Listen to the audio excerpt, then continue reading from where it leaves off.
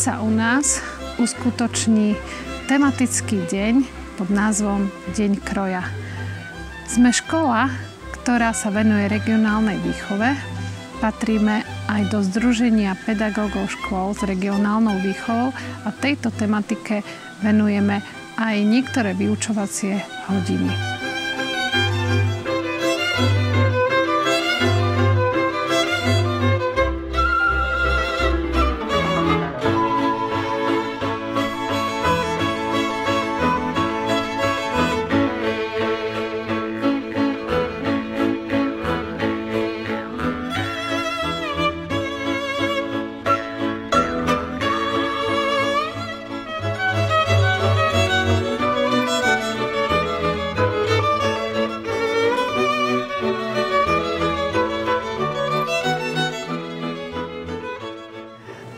Dnes deti prídu do školy oblečení v krojoch, ktoré našli doma po svojich starých rodičov. Možno si ich požičali od susedovcov alebo ich našli v nejakej zabudnutej truhlici. Deti sa zoznámia so súčiastkami krojov, ale nie len našich dobronivských a z blízkeho okolia, ale aj s krojmi z iných regiónov. Veľmi dôležité je to, aby deti sa dotkli trošku histórie, aby zacítili toho ducha histórie a to, ako niekedy ich starí rodičia a ich predkovia žili. Mnohokrát sa stretávajú s rôznymi materiálmi, s rôznymi vecami, ktoré už ani nepoznajú, alebo ich poznajú úplne inej podobe. Dnes do našej školy zavítajú aj mnohí hostia. Tí, ktorí pre nás pripravili tvorivé dielne, alebo to bude aj armádna cymbalová hudba Jánošík, ktorá pre nás pripraví taký ľudový minikoncert. Potom tu bude pišťalkár, fujaristi a mnohí iní ľudia, ktorých táto téma ľudového odievania a tradícií zaujíma.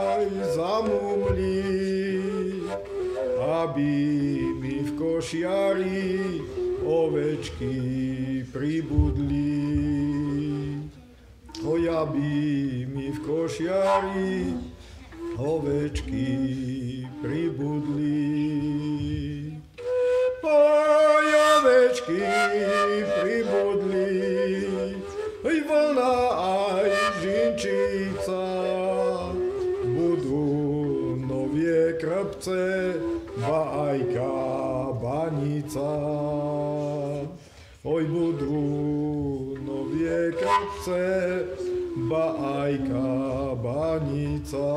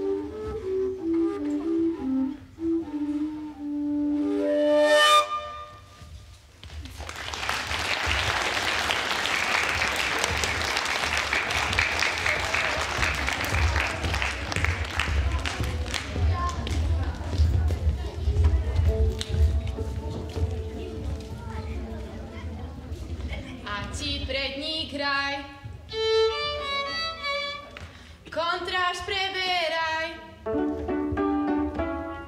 a ti starý na teba chce, a ti starý na teba chce, ti im pomáhaj.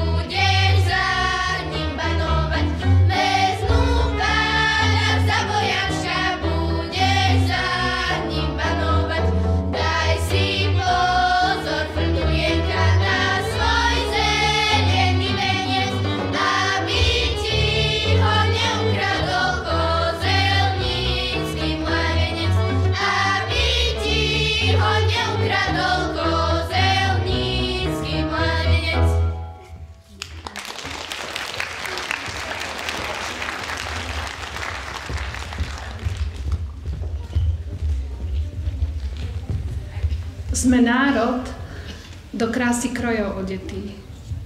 Tie v každom kúte zeme odlišné majú podoby. Šitý je v nich život, je v šate prestretý, v ňom zračí sa náš i tisícročie poroby. Veď odev, čo hrdo krojmi zveme, ten v každej jednej vieske inú čipku má. V pestrých našich krojov tiež túžba drieme, je v nich skryté slnko, smiech, slzy. Je v nich skrytý mozoľ, láska, bôľ i pot. Je v nich skrytá obloha, roľa, lúky i klas. Je v nich ľudská duša i náš celý rod. Je v nich rodná hruda, kronika o nás. Všetkým želám príjemný, dobrý deň. Veľmi srdečne vás vítam na dnešnom našom Dobronivskom dni kroja, ktorý si organizujeme tu v našej škole. Veľmi pekne chcem poďakovať Alexandrovi Králikovi a Jánovi Babiakovi za krásnu hru na fujare na úvod a samozrejme dievčatám a armádnej cymbalovej hudbe Jánošík za nádherný úvod. Srdečne vás tu vítam dnes. Tento deň je venovaný našim nádherným krojom, našim krásnym tradíciám a v ďalšom rade aj remeslám, ktoré si ukážeme počas tvorivých dielní. Tento deň je venovaný hlavne vám, deťom, aby ste mali možnosť spoznať bližšie krásu krojov, aby ste mali možnosť pozrieť si ich zblízka aby ste mali možnosť vrátiť sa v čase a spoznať rôzne techniky spracovania materiálov, ktoré v dnešnej dobe poznáme v inej podobe, alebo sa už nášho sveta aj vytratili. Vítam medzi nami aj vzácnych hostí, ktorí merali k nám cestu, či už preto, že nás niečo nové naučia, alebo preto, aby nabrali inšpiráciu, alebo len preto, aby prežili s nami zaujímavý deň a stretli sa s priateľmi. Vítam tu medzi nami pani Miriam Rašnerovú z odboru školstva vo Zvolene.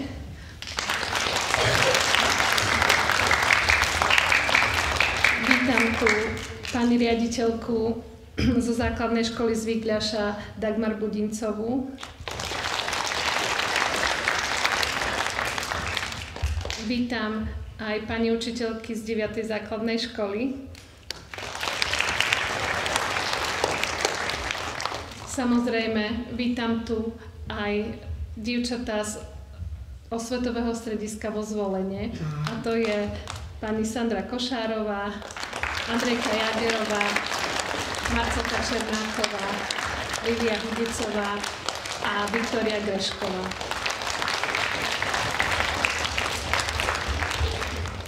Samozrejme, vítam aj naše drahé rodičky, ktoré nám prišli pomôcť, a to je pani Danišová a pani Bariáková. Vítam tu Olinku Volkomerovú zo Sliača, ktorá nám tiež prišla pomôcť. Samozrejme, našich fujaristov som už predstavila. Alexander Králik bude nám tiež pomáhať. A samozrejme, môj manžel s ním, takže tiež ho vítam. A vítam túto nádhernú hudbu, ktorá síce nie je v kroji, ale je trošku armádne, takže vítam aj armádnu cymbalovú hudbu Jánoši. Zložení primáš Davidko Olach, cymbal Pavlínka Škodová a kontrabás Jakub Babiak.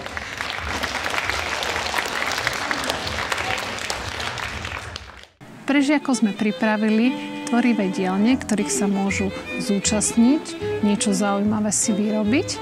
Takže pripravili sme pre nich píšťalkára. Deti si budú môcť vyrobiť jednoduchú píšťalku, zoznámiť sa s nástrojmi, ktoré sú potrebné na výrobu takejto píšťalky, samozrejme zoznámiť sa aj s typom dreva, ktorý je na takúto činnosť potrebný.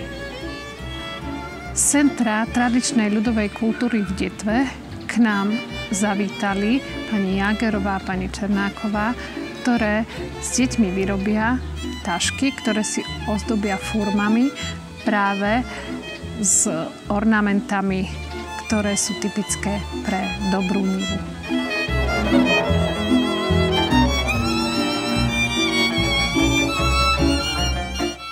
Osvetové stredisko vo Zvolene si pre našich žiakov pripravilo výrobu zrkadielok a odznakov.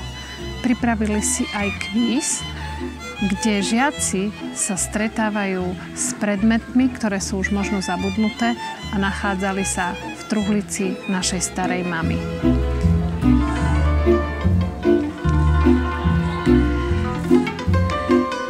V ďalšej tvorivej dielni si žiaci vyrobia výrobky z drôtu, naučia sa spracúvať tento drôt a ukážu si techniky, ako ľahko sa dá drôt opracúvať a spracovať na krásny výrobok. Napríklad aj srdiečko z drôtu.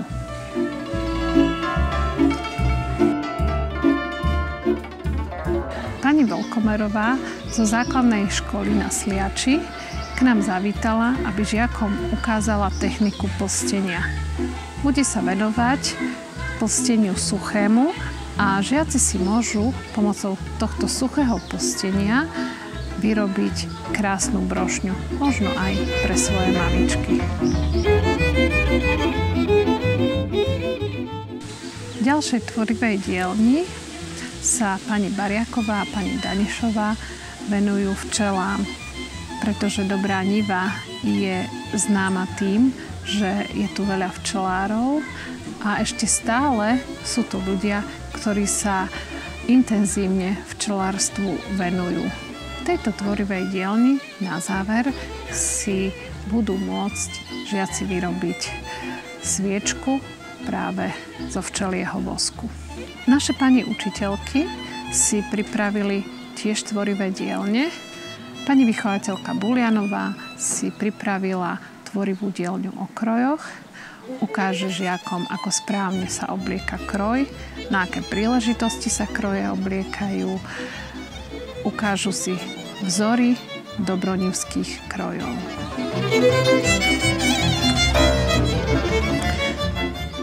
Pani učiteľka Radka Mikulová si so žiakmi vyrobí typické naše dobronivské brmbolce, ktoré my nazývame kicky. Sú veľmi typické pre dobronivský kroj a všade, kde sa dobronivský kroj zjaví, práve tieto kicky sú typické tým, že všetci vedia, že toto je kroj Dobrej Nivy.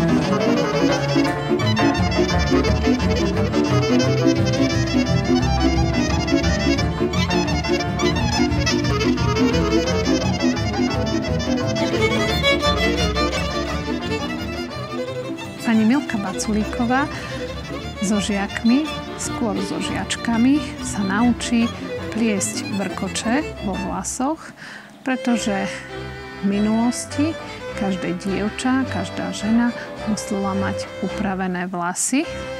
Či už to boli vlasy pod kápku, čepiec, alebo to boli vlasy, ktoré nosili dievčatá, ale nikdy nenosili rozpustené, ale boli to vlasy, ktoré boli vždycky upravené do nejakého vrkoča alebo dvoch vrkočov. Pani učiteľky Kružliaková a Šimková si pre žiakov pripravili výrobu ornamentníkov. Ornamentníky zdobili nielen domácnosti, ale boli typické aj pri iných príležitostiach. Takže takéto ornamentníky si vyrobia v poslednej tvorivej dielni.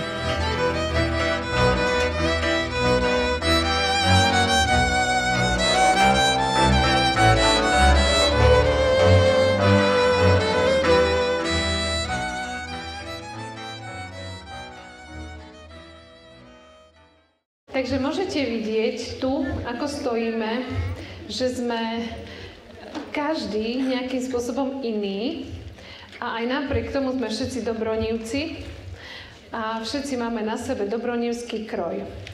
Každý nejakým spôsobom iný, takže ja iba poviem, že ja mám na sebe taký najstarší kroj, ktorý nosila vydatá žena, ale samozrejme aj slobodná. A môžete vidieť, že ten kroj, tá spodná kytľa a tá zástera, takzvaná šata, je skladaná. A ten vzor je iba na spodku, veľmi jednoduchý, respektíve krátky. A vítam aj Anku Noskovičovú, ktorá prišla. A Vili k nám prišiel v ďalšom kroji, takže tiež ho poprosím k nám, poď Vilko. Takže ja mám na sebe spodnú časť najstaršiu a tento kroj, konkrétny, ktorý mám ja, je asi z roku 1926, čiže má 100 rokov a je naozaj originál. No a k tomu mám na sebe kacabaj, čiže to je kabátik, ktorý je vyšívaný a nosil sa v zime, hej? Lebo teraz máme vetrovky, ale dakedy neboli vetrovky, takže takýto kabátik sa nosil v zime. Potom samozrejme poprosím Marianku, aby prišla. Pod takouto čiernou sukňou, ako mám ja, kytľou, sa nosil kintež. To je takáto biela sukňa, ktorá bola ale, poprosím ťa úplne, tak, ktorá bola, ako vidíte, krásne vyšívaná čiernym. A nosili to nielen pod tou kytľou, ale nosili to aj mladé dievčatá ako vrchnú sukňu. a na tom mohla byť tkaná zástera, ktorá sa volala vlnienka. Táto zástera tkaná, ktorú má pani učiteľka Kondáčová, je už taká novodobejšia, je tam viacej toho zdobenia, ale bývali len také, že tu bolo krásne vyšité, tu bolo. Takže toto je vlnienka a kýntež. Na spodok sa obliekala stánka spodná, takéto krásne oplecko, ktoré bolo narancované tu na rukách. No a vrchná časť je prucľak. Tento, ktorý má pani učiteľka Kondačová, je už veľmi bohato zdobený, ktorý bol trošku neskôr. Predtým bez týchto, keď si ho predstavíte bez týchto flitier, týchto blingačiek, iba s týmito stužkami, ktoré boli tak špecificky skladané, aby vytvárali takýto vzor. Takže toto je ďalšia varianta kroja, ďakujem. Poprosím ťa, Lenka.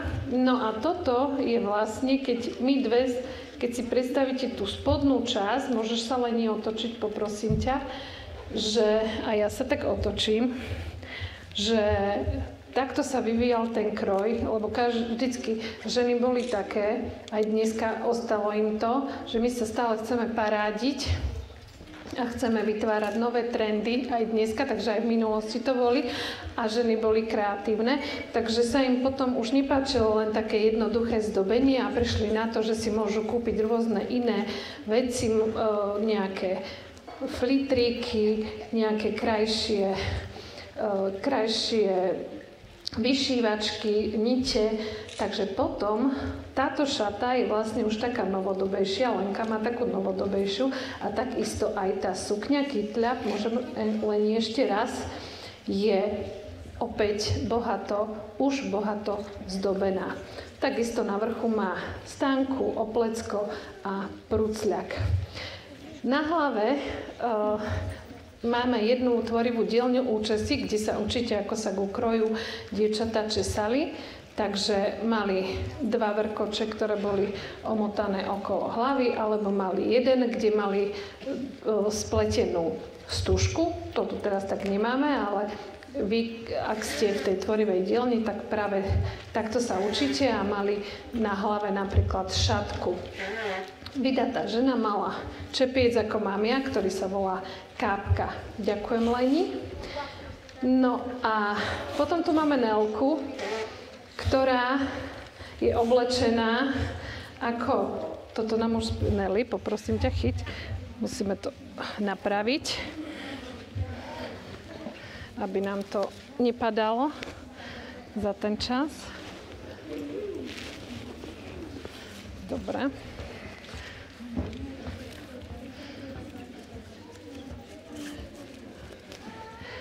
Takže Nelka je oblečená ako nevesta.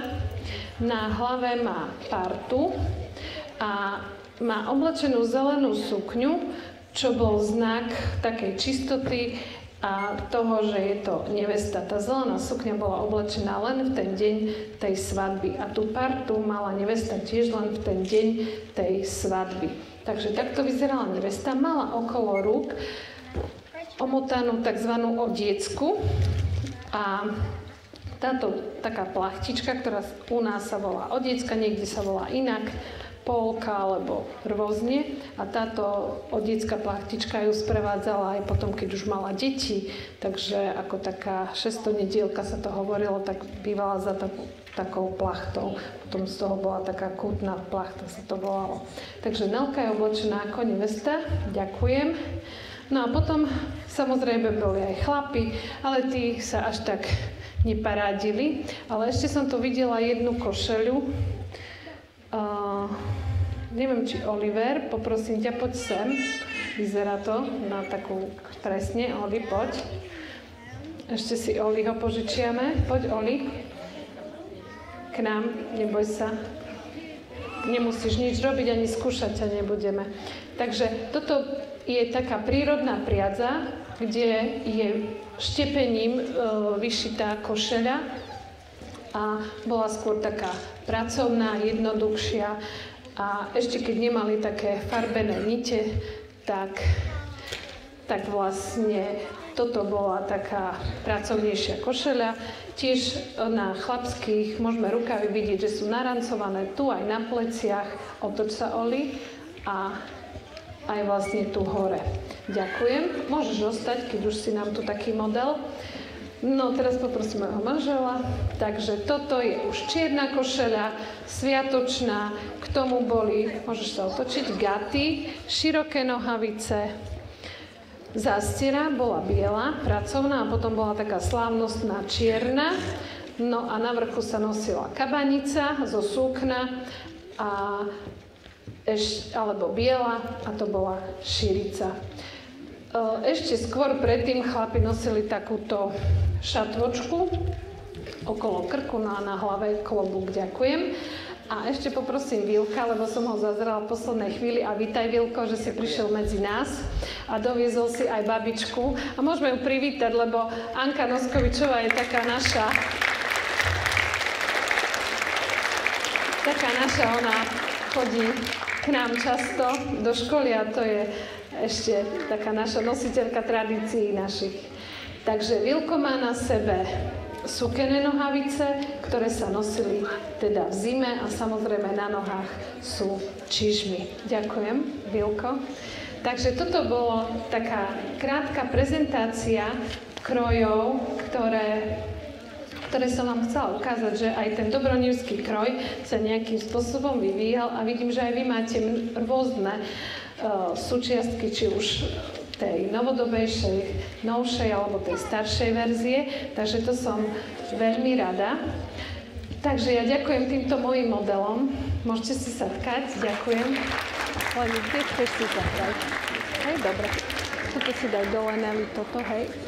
No a budeme pokračovať, ale ja ešte chcem privítať, pretože naše rady sa rozrástli, chcem privítať pani učiteľky z 5. základnej školy a pani riaditeľku Alenku Feriancovú medzi nami.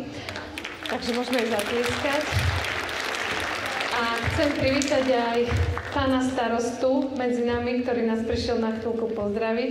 Takže vítaj u nás.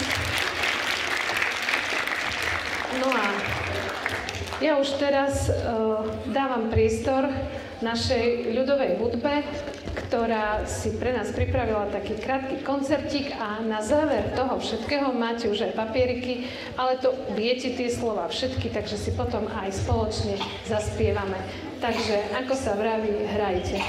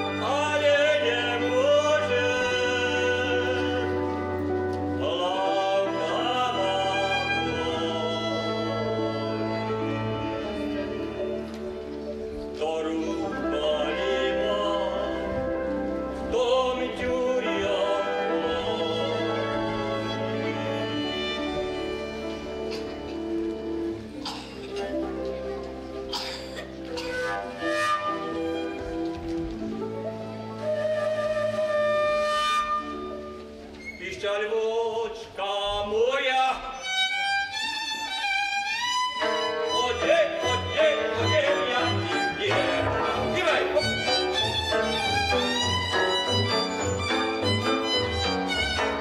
не цела ты, оленёвка.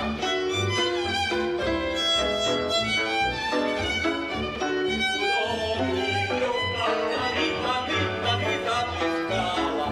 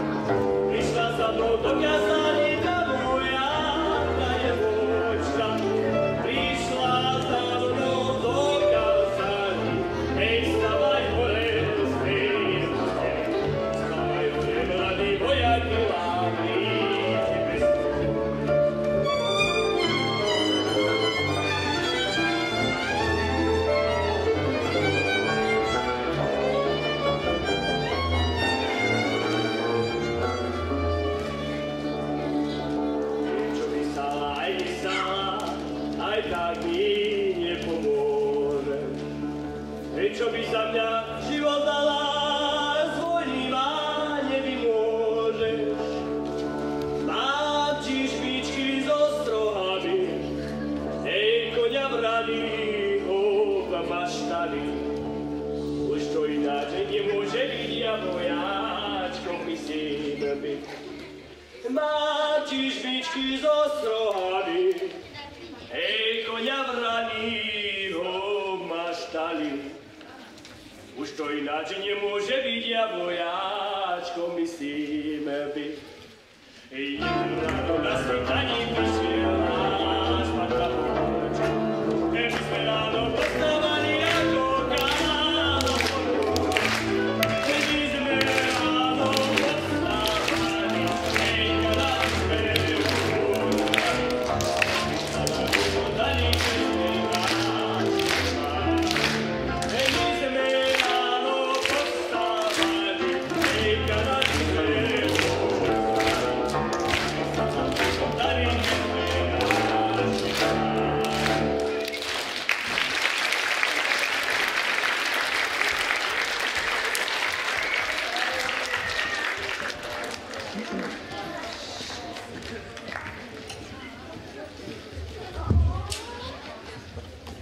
Tak dúfam, že naozaj krásne zahrali a že sa vám to páčilo. Takže máme pred sebou slova, ale to sú len také malé ťaháky, lebo vy tie pesničky poznáte, takže dáme si nejakú predohru a hneď si rozkážeme A na moste. Čiže to je tá prvá pesnička.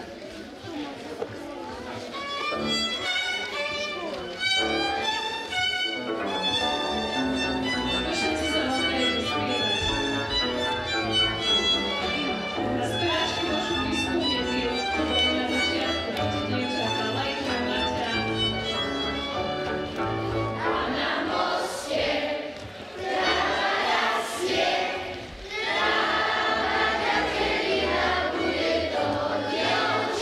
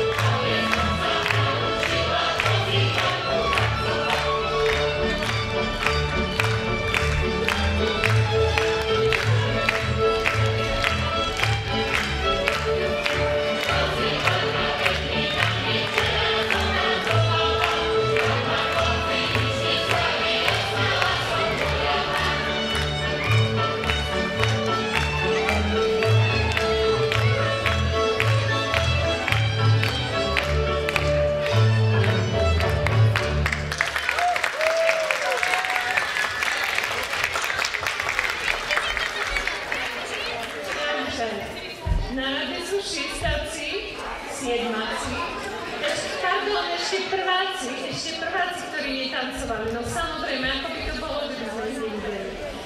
Tak ešte ďalšíkrát prváci. Takže sú aj štvrtáci, aj prváci.